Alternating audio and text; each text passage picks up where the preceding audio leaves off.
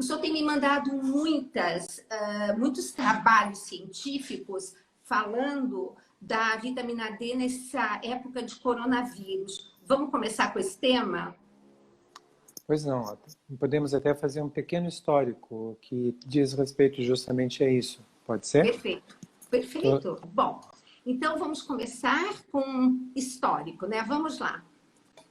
Tá ótimo. Então, a assim chamada vitamina D, ela foi, por assim dizer, descoberta no início do século passado, né? Aproximadamente em 1919. Né? Naquela época, havia uma endemia de raquitismo entre as crianças europeias e norte-americanas que viviam no hemisfério norte, que é uma doença em que a criança não consegue absorver a quantidade de cálcio de que ela necessita para o perfeito desenvolvimento dos ossos, né? Então essas crianças acabavam tendo deformidades ósseas, assim, às vezes chegavam a um nível impressionante. Tinham fraturas fáceis, se transformavam em adultos, ao crescerem, se transformavam em adultos com baixa estatura e de aparência mirrada. Uhum. Muito bem. Os estudos epidemiológicos mostraram, então, que no norte da Noruega, onde basicamente as pessoas subsistiam através do consumo de bacalhau, já que é uma região muito fria, não havia raquitismo praticamente entre as crianças. Para testar a possibilidade de que fosse algo devido a alguma coisa presente no bacalhau, foi extraído o óleo de fígado de bacalhau e administrado para as crianças do resto da Europa, e com base nisso o raquitismo foi erradicado. Naquela época já eram conhecidas a vitamina A, algumas vitaminas do complexo B, a vitamina C. Então se decidiu chamar essa substância cuja natureza não era conhecida de vitamina D. E paralelamente a isso, o que se verificou é que outros pesquisadores em paralelo demonstraram que essa mesma substância poderia ser produzida pela pele, desde que a pele fosse colocada exposta ao sol forte, né? Poucos minutos já seriam suficientes. E já por essa descoberta, o nome vitamina passou a ser prejudicado, porque vitamina, por definição, é uma substância que não é produzida no nosso organismo, e a vitamina D, então, era produzida na pele por exposição solar.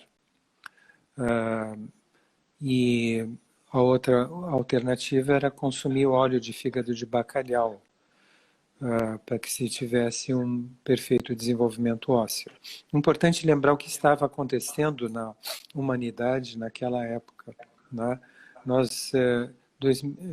1919 foi o fim da Primeira Guerra Mundial, né? E, ao mesmo tempo, foi o período em que ocorreu a chamada gripe espanhola, que matou pelo menos 50 milhões de pessoas, uma população que eu acredito que era aproximadamente 1,5 bilhão, ou 1,6 bilhões de pessoas no mundo. 50 a 100 milhões de pessoas morreram em todo o mundo por causa da chamada gripe espanhola, que durou de 1918 a 2020. Então pegou exatamente esse tempo de 1919, que foi o final da Primeira Guerra Mundial, e eu acredito fortemente que a guerra acabou justamente devido à alta mortalidade da gripe espanhola. Uhum. Porque estavam morrendo muito mais soldados no fronte de batalha por gripe do que propriamente por tiros de canhão, morteiro, de alguma outra forma. Então, é importante lembrar que havia naquela época o raquitismo, né? E a descoberta de que o sol incidindo sobre a pele produzia essa substância, permitiu que se entendesse por que o raquitismo era endêmico, né, Europa. Nós vivíamos a época da segunda revolução industrial e os pais e mães trabalhavam nas fábricas, em ambientes confinados, deixando seus filhos trancados em casa. Então, as crianças não tinham exposição solar, não produziam vitamina D, e aí desenvolviam o raquitismo. Posteriormente, anos depois, na década de 30, se soube que a vitamina D, se conseguiu desvendar a estrutura química da vitamina D e se descobriu que ela era, na realidade, um hormônio. Ela tinha a mesma estrutura dos chamados hormônios esteroides, grupo ao qual também pertencem o hormônio testosterona, estrógeno, a progesterona e o cortisol. Ela passou a ser, então, o quinto elemento desse grupo. Mas, infelizmente, ela continua a ser chamada de vitamina e, por isso, mesmo médicos hoje em dia acham que vão conseguir níveis adequados de vitamina D e até dão esse conselho errado para a população em meios de comunicação através de uma dieta balanceada, em que você teria todas as vitaminas. Acontece que não se trata de uma vitamina, se trata, de fato, de um hormônio, pelo menos de um hormônio. Né? Para você ter uma ideia, para você ter a quantidade normal de vitamina, que permitiria você ter níveis normais de vitamina D, você precisaria ingerir 240 gemas de ovo por dia, ou 120 copos de leite, ou 13 postas de salmão. Aí você teria a quantidade diária de vitamina D, que depois de 2 meses faria com que você atingisse níveis normais de vitamina D. Caramba. O que aconteceu foi que, com a progressão, com o surgimento de novas técnicas de pesquisa, né, com o surgimento de novas técnicas de pesquisa que foram chamadas de técnicas de biologia molecular, conseguiu-se perceber que a vitamina D tinha locais onde ela se ligava em todas as células do nosso organismo e não só nas células ligadas que estão envolvidas no metabolismo dos ossos, como, por exemplo, a célula intestinal, onde ela promove a absorção de cálcio a partir dos alimentos. Todas as células do nosso organismo possuem, que até agora foram estudadas, possuem receptores para a vitamina D. E essa descoberta desencadeou uma série de pesquisas em que se procurou saber o que a vitamina D estava fazendo, qual o efeito biológico que ela tinha nessas outras células. E aí se descobriram dezenas de funções da vitamina D no nosso organismo. Né? Ela controla várias funções, ela controla a produção de uma substância pelo rim chamada de renina, que por sua vez regula a pressão arterial, além de regular processos inflamatórios. Ela regula a produção de insulina. As células do pâncreas que produzem insulina têm receptores para a vitamina D e, portanto, a vitamina D participa da produção de insulina. A falta de vitamina D favorece a ocorrência, então, de diabetes. Né? Existem mais, só para ter uma ideia, existem mais de 700 mil publicações científicas relacionando a deficiência de vitamina D com o risco de se desenvolver diabetes. Mas o que interessa basicamente a nossa conversa agora é as funções que a vitamina D tem no sistema imunológico. Ainda há pouco eu dei uma olhada e verifiquei que já são 153 mil publicações falando sobre as funções que o sistema imunológico, que a vitamina D tem sobre o sistema imunológico. Né? Ela é a reguladora do sistema imunológico no nosso organismo. Né?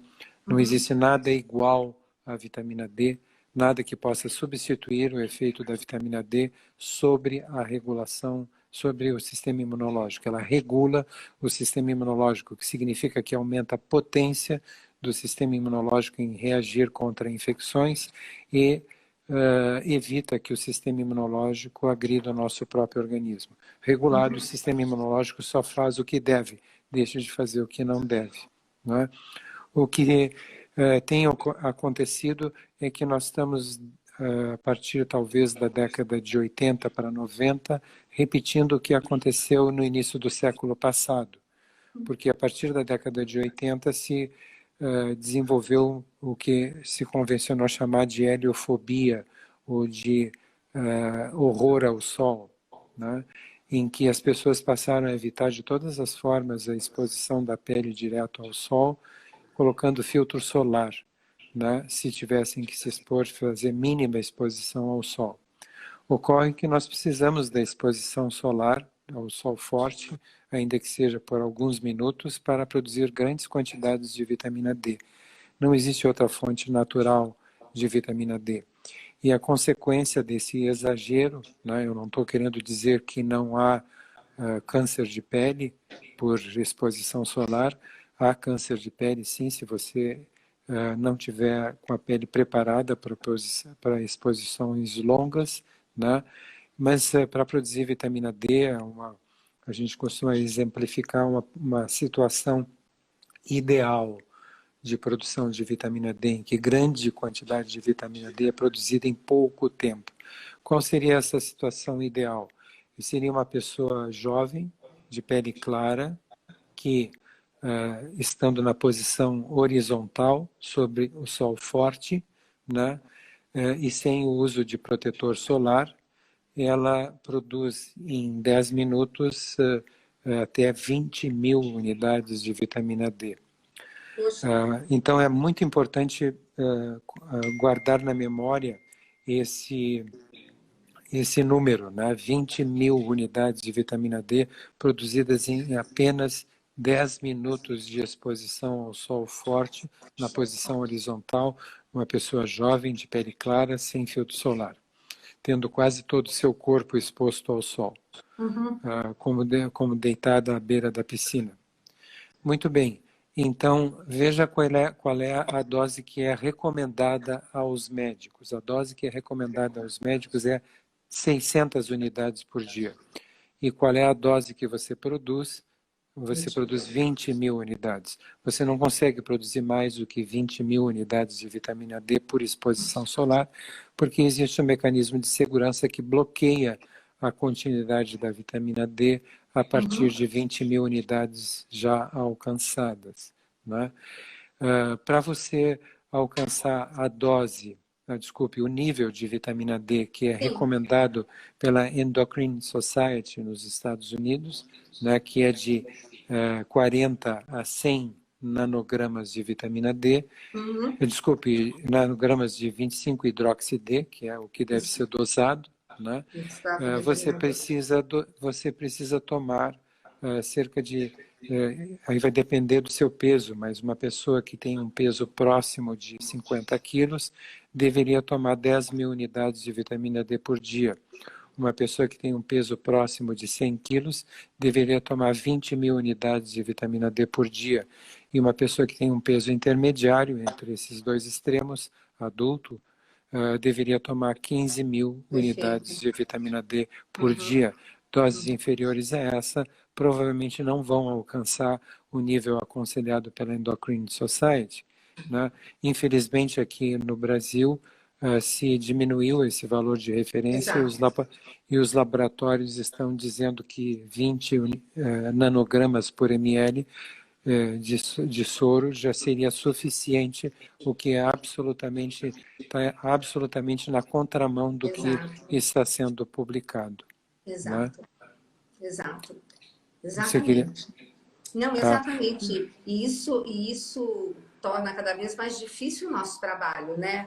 Porque quem vai se basear na referência de um laboratório fica contestando. E a gente sabe o quanto é importante. Agora, professor, muitas pessoas, elogios sem comentários, mas muitas pessoas dando testemunhos incríveis, inclusive 12 anos de remissão de uma esclerose, aplicando o seu trabalho, e todo mundo muito agradecido. Eu só queria lhe passar isso por enquanto, tá? E muita gente estava justamente perguntando o nível, que é o mais adequado de vitamina D, qual o status nosso, e O horário dessa exposição solar, um sol forte, seria de qual horário?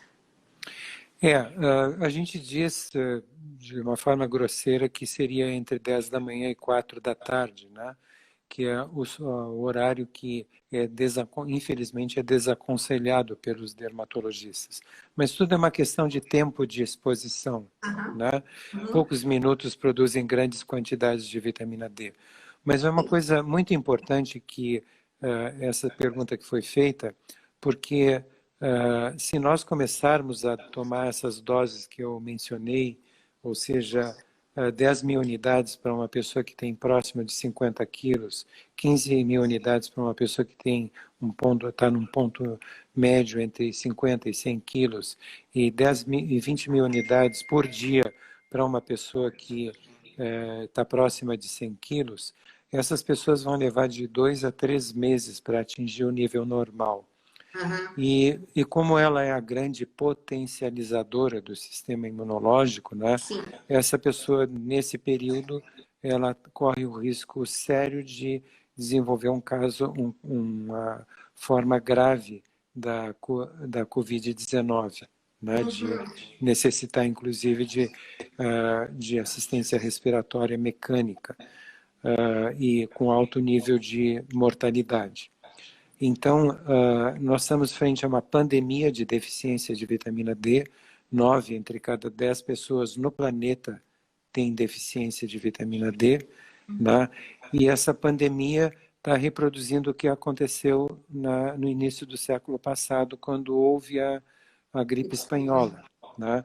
A gripe espanhola teve toda essa mortalidade justamente porque o sistema imunológico estava frágil, o que era demonstrado pela presença de crianças com raquitismo na população europeia e norte-americana.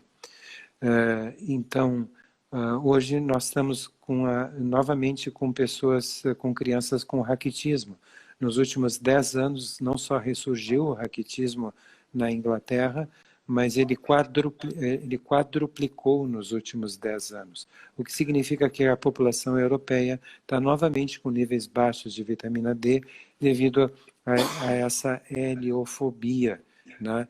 As pessoas deixaram de se expor ao sol, elas passaram a jogar videogame, ter diversões eletrônicas em ambientes confinados, né? No Brasil mesmo, em outros países, houve uma grande migração do campo, que é um ambiente ensolarado, para cidades. Seguindo o conselho dos dermatologistas, as pessoas deixaram de frequentar os parques, passaram a frequentar os shopping centers, as famílias fizeram isso. As pessoas deixaram de andar sob o sol na calçada, passaram a andar de ônibus, de carro, de metrô, né? E a exposição solar foi caindo progressivamente. Quem ficou ainda nos parques e nas praias manteve o uso de filtro solar. E fator 8 de filtro solar já bloqueia a produção de vitamina D em 95%. Uau, então, fator 8. Fator 8. Então, você vê que fatores maiores do que esse simplesmente zeram. Isso já é praticamente zerar a produção de vitamina D. Né? Então, nós estamos com o sistema imunológico fragilizado e nós recebemos vários avisos de que isso estava acontecendo. Por exemplo, em 2002, 2003, veio a epidemia do SARS, né? Que é a Covid-1, a primeira Covid, e a primeira infecção epidêmica do coronavírus. Depois vieram outras, vieram a gripe do Oriente Médio, que também foi provocada por um coronavírus, né? Depois veio a gripe suína, a gripe aviária, vieram outras epidemias. Aqui no Brasil, a gente teve a gripe do sarampo recentemente, mas já teve a chikungunya, a dengue e essa H1, né? H1N1 também, mas todas essas epidemias, mais recentemente nós tivemos também a febre amarela, né? Essas epidemias estão nos contando que não é esse ou aquele vírus. O problema é que o nosso sistema imunológico está fragilizado. Está fragilizado como estava na época da gripe espanhola, né? Então, todos esses avisos precederam essa pandemia, que agora afeta todo o planeta, que é provocado por um novo coronavírus, dessa vez com um poder de infecção, de se disseminar pela população muito maior do que os que o precederam, né? E com um nível de virulência em algumas pessoas, justamente naquelas pessoas que têm níveis mais baixos de vitamina D, porque você vê quem é que mais está morrendo em decorrência do coronavírus, né? São justamente aquelas pessoas que a literatura já demonstrava que têm níveis mais baixos de vitamina D. Quais são? As pessoas de idade mais avançada, que vivem que têm menos exposição solar, cuja pele produz uma quantidade menor de vitamina D, porque está envelhecida, né, por exposição solar, né? As pessoas que têm diabetes, são pessoas que têm níveis baixos de vitamina D, pessoas hipertensas, pessoas que têm excesso de peso, têm também, estão falecendo mais facilmente pelo coronavírus, porque a gordura que nós temos debaixo da pele, como a vitamina D é uma substância solúvel em gordura, essa gordura absorve a vitamina D, rouba a vitamina D da circulação. E é justamente esse fator que faz com que se leve 2 a 3 meses para atingir o nível normal, se você tomar a dose diária que as pessoas deveriam tomar como dose de manutenção, como se diz tecnicamente, que seria, como a gente disse, 10, 15 ou 20 mil unidades por dia, conforme o peso da pessoa, né? Sim, desculpa, tem duas perguntas. Estão perguntando o que é mais eficaz, tomar diariamente ou tomar uma vez por semana? Outra pergunta, e a pele negra, como que fica? Quanto tempo de exposição? Como que ela reage? As pessoas de pele negra, elas possuem um filtro solar natural, que é a alta pigmentação. Quanto maior for a pigmentação da pele, maior vai ter que ser a exposição ao sol. Isso pode fazer com que uma pessoa, por exemplo, que tem uma pele morena, tenha que ficar que tem uma pele bem pigmentada, pode ficar 1h30 ou mais no sol para obter o mesmo nível de vitamina D que uma pessoa de pele clara possui, né? E isso nos remete à seguinte questão, né? Por exemplo, nos Estados Unidos, que é um país que está distante da linha do Equador, e por isso tem uma radiação solar mais rarefeita, né? As pessoas que mais estão morrendo por coronavírus são as pessoas da raça negra, né? Então, por exemplo, eu me lembro de um dado que foi publicado em um estado norte-americano, onde 33% da população era da raça negra, né? 80% das pessoas que estavam morrendo eram da raça negra, né? Demonstrando que, mais uma vez, mais um indício de que pessoas de pele negra que vivem em áreas distantes do Equador têm níveis muito, muito baixos de vitamina D e se constituem em uma das populações mais vulneráveis à Covid-19. Né? Quanto à questão da frequência com que a vitamina D é administrada, né? A gente não tem experiência pessoal no uso semanal ou mensal de vitamina D. Quanto mais espaçada for a dose de vitamina D, mesmo que você aumente a dose toda vez que tome, né, você provoca variações, alguma variação mais ampla. Então, o nosso conselho é sempre tomar essa dose que nós mencionamos, né, de 10 mil unidades para pessoas próximas de 50 quilos, 20 mil unidades para pessoas próximas de 100 quilos, 15 mil unidades para pessoas com peso intermediário por dia, né? não nada por semana. E aí, isso nos remete a uma questão importante.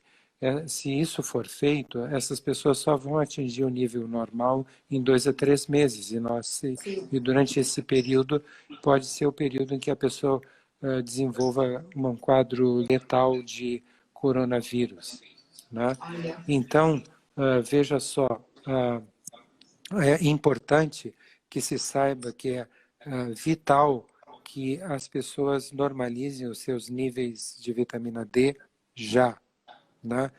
E isso significa, e aí veja só o que eu estou lhe dizendo, eu sou professor universitário livre docente, professor associado livre docente, eu coloco o prestígio da minha posição como professor universitário e lhe dizer o seguinte: se as pessoas tomassem a dose que há décadas atrás era dada no início do inverno para crianças na Alemanha, né, que é 600 mil unidades de vitamina D em dose única, se dava para as crianças na Alemanha no início do inverno, tá? Para manter as crianças alemãs com níveis normais de vitamina D ao longo do inverno. Se você desse isso para um adulto, ou seja, 600 mil unidades de vitamina D por via oral em dose única, tá? Os estudos que foram publicados demonstraram que você retiraria da deficiência essa pessoa adulta e colocaria ela, por exemplo, ela sairia de um nível de 16 nanogramas por ml. Lembre que para a Endocrine Society o normal seria de 40 a 100, e ela sairia quase que imediatamente desse nível de 16 para um nível aproximado próximo de 80. Ou seja, ela ficaria já com nível normal de vitamina D, segundo a Endocrine Society. Tá?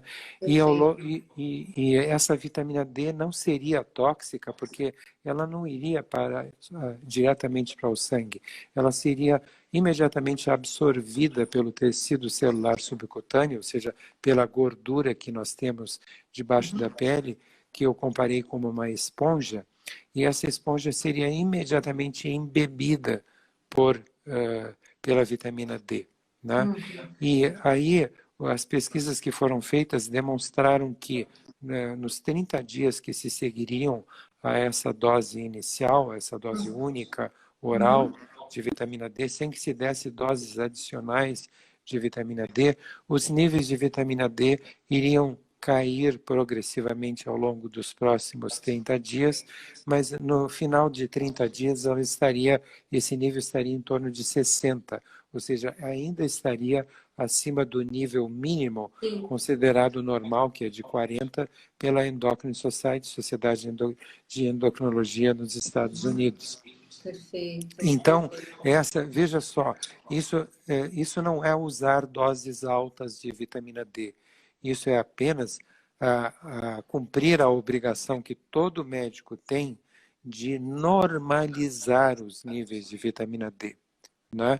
E a normalização de qualquer parâmetro biológico, seja de uma vitamina, seja de um hormônio, o que for, não pode provocar nenhum efeito colateral. O que pode provocar problemas para a nossa saúde é manter níveis baixos. E agora nós estamos numa situação de urgência absoluta.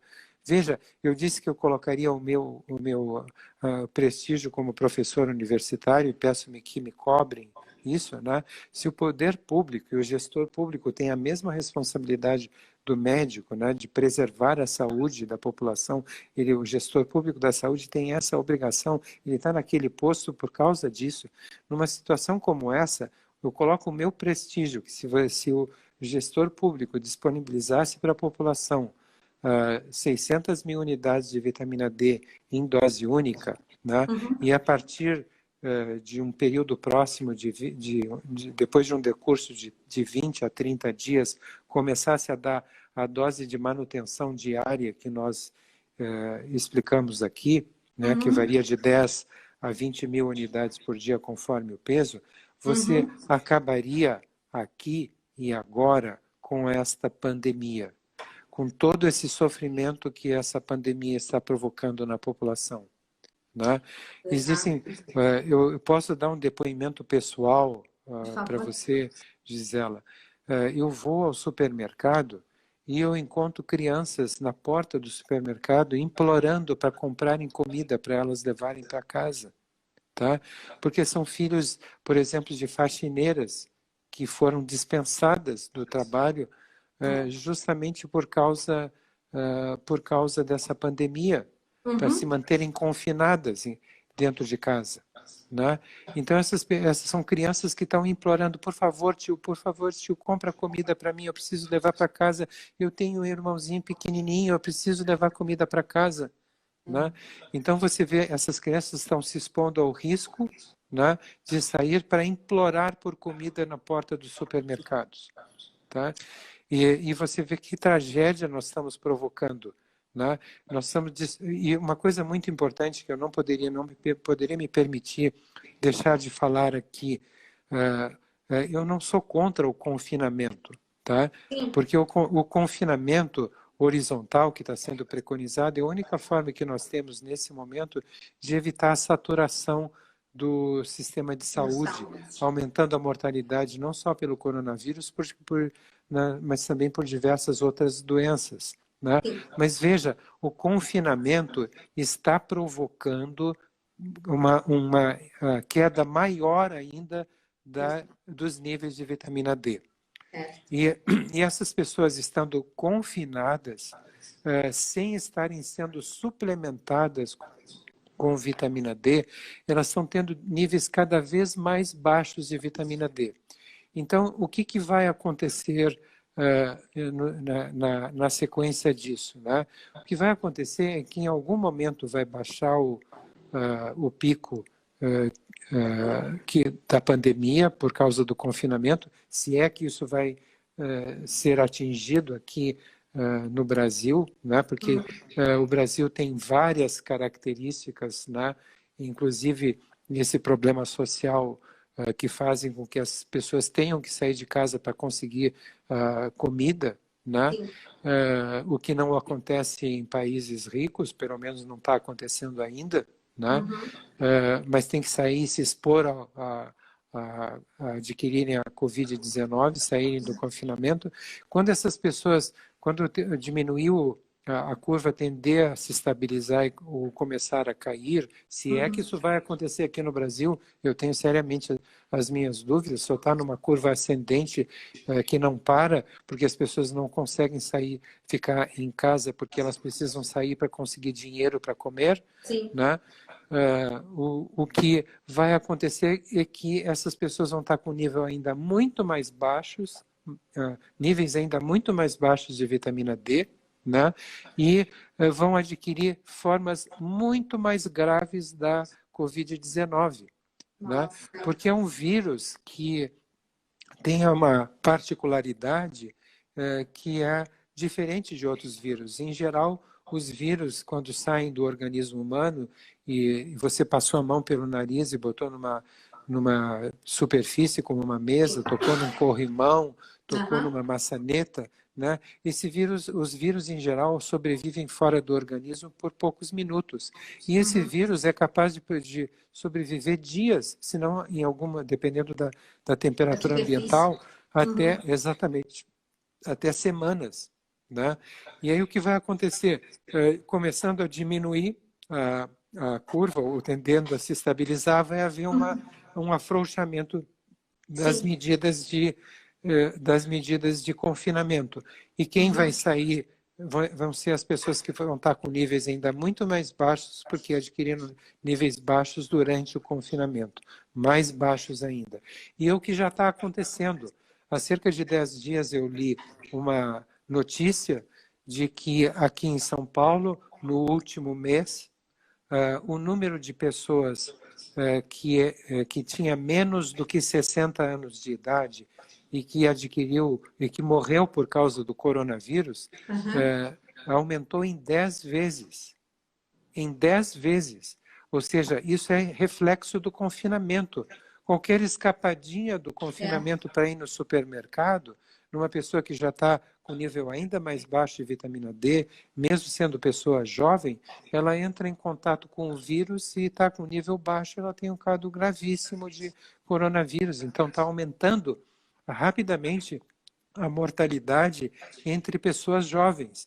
As pessoas precisam parar com essa ideia de que isso é uma doença que só vai matar pessoas de idade avançada. Não é, não. Ela está matando crianças. Ela já está matando adultos jovens e crianças. E a única coisa que diferencia essas pessoas e a quantidade de publicações que tem surgido nos últimos meses em relação a coronavírus e vitamina D estão mostrando, né? A única coisa que diferencia é o nível de vitamina D, diferencia a gravidade da infecção pelo coronavírus. Pessoas que têm níveis normais de vitamina D, que seriam acima de 40, provavelmente nem sentem absolutamente nada ao terem a infecção pelo coronavírus, mas os níveis, os testes mostram que elas tiveram infecções. Pessoas que têm nível muito discreto de deficiência de vitamina D, tem nível de 30, por exemplo, 96% deles têm quadros leves. Pessoas que têm quadros com uma manifestação mais intensa, com febre e tosse, por exemplo, são pessoas que já têm deficiência ou insuficiência, que seria uma espécie de deficiência leve de vitamina D, ou tem deficiência severa de vitamina D. Essas desenvolvem quadros graves ou até quadros graves a ponto de serem entubadas e necessitarem de respiração, de ventilação mecânica. Né? Então, você vê uma coisa que nós aqui na clínica estivemos fazendo um cálculo até, se você tomasse o dinheiro que você está gastando para comprar um respirador, o mais baratinho possível, mais simples, mais baratinho possível, tá? Você conseguiria normalizar os níveis de vitamina D em 2.500 pessoas.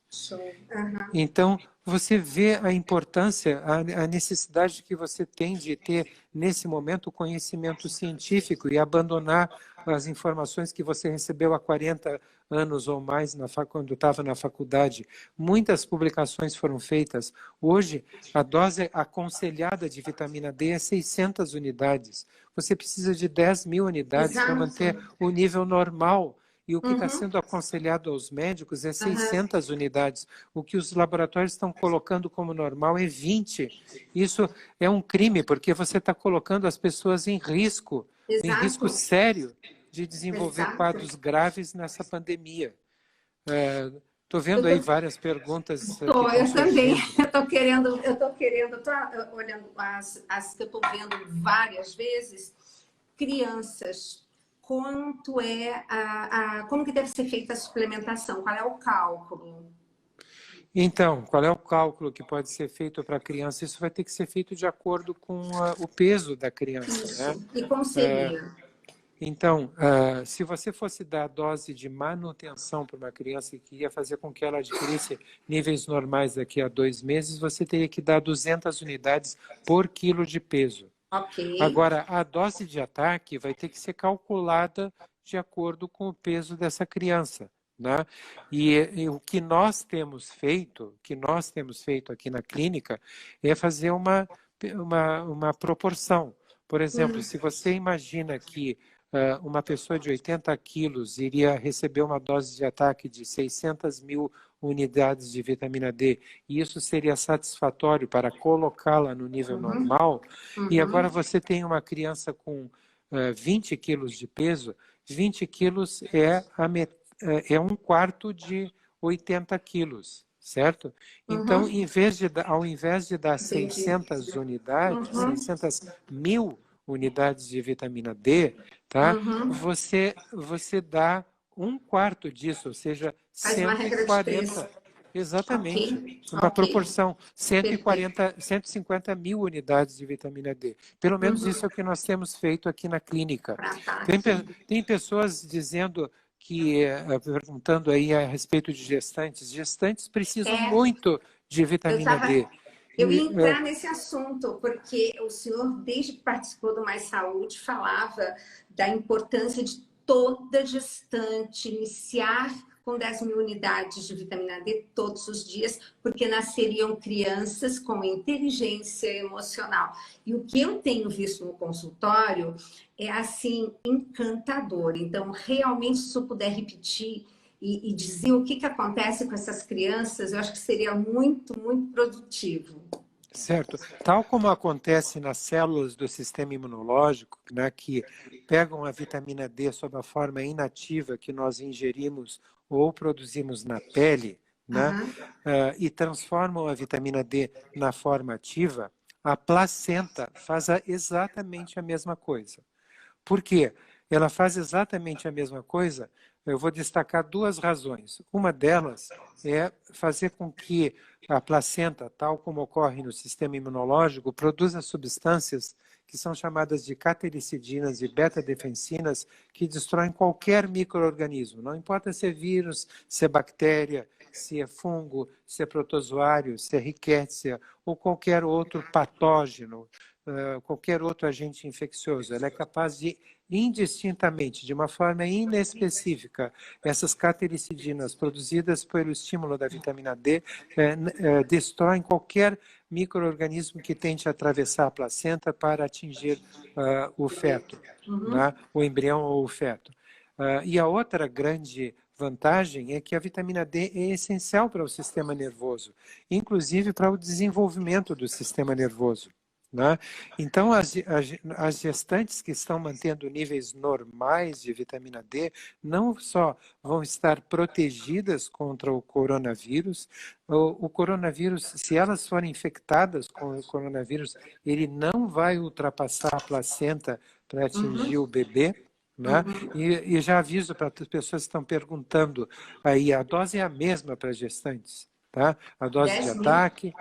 Exatamente. A dose de ataque é a mesma e depois você mantém a gestante Em 10 com mil. 10 mil unidades de vitamina D por dia, tá?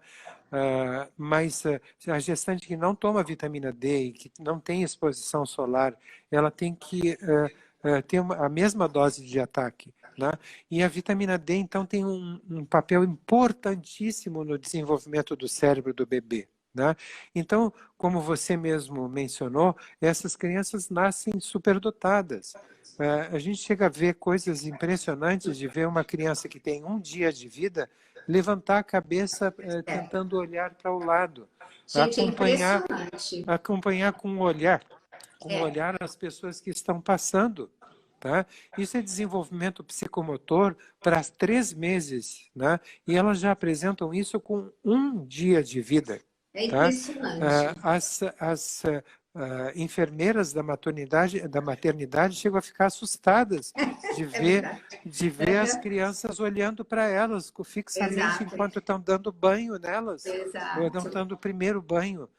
Ficam olhando para, encarando a enfermeira que está dando o primeiro banho. É Né? E a impressionante. gente já acompanhou essas crianças até 13 anos de idade, até 14 anos de idade. Elas são outro tipo de ser humano. Elas são crianças gentis, não são crianças birrentas, né? São crianças que lidam bastante bem com a frustração, não se jogam no chão, se gritam. São crianças que são facilmente educadas, são líderes na escola, né? Olha que Tem, incrível. tem um aproveitamento e uma capacidade de aprendizado inacreditável, que os pais já notam isso nos primeiros anos de vida, percebendo que a criança tem uma memória fora do comum, passou uma vez no carro por um determinado lugar, que é onde que era o caminho da casa da avó, e aí vê que isso já com 2 anos de idade, vê que o pai está pegando outro caminho e disse assim, mas esse caminho não é o caminho que o senhor pegou anteriormente. É Né? Ela impressionante. lembrou, Foi uma vez que ela É, viu o trajeto, ela lembra do trajeto exato. e lembra que não é o mesmo, não, Não, é diferente.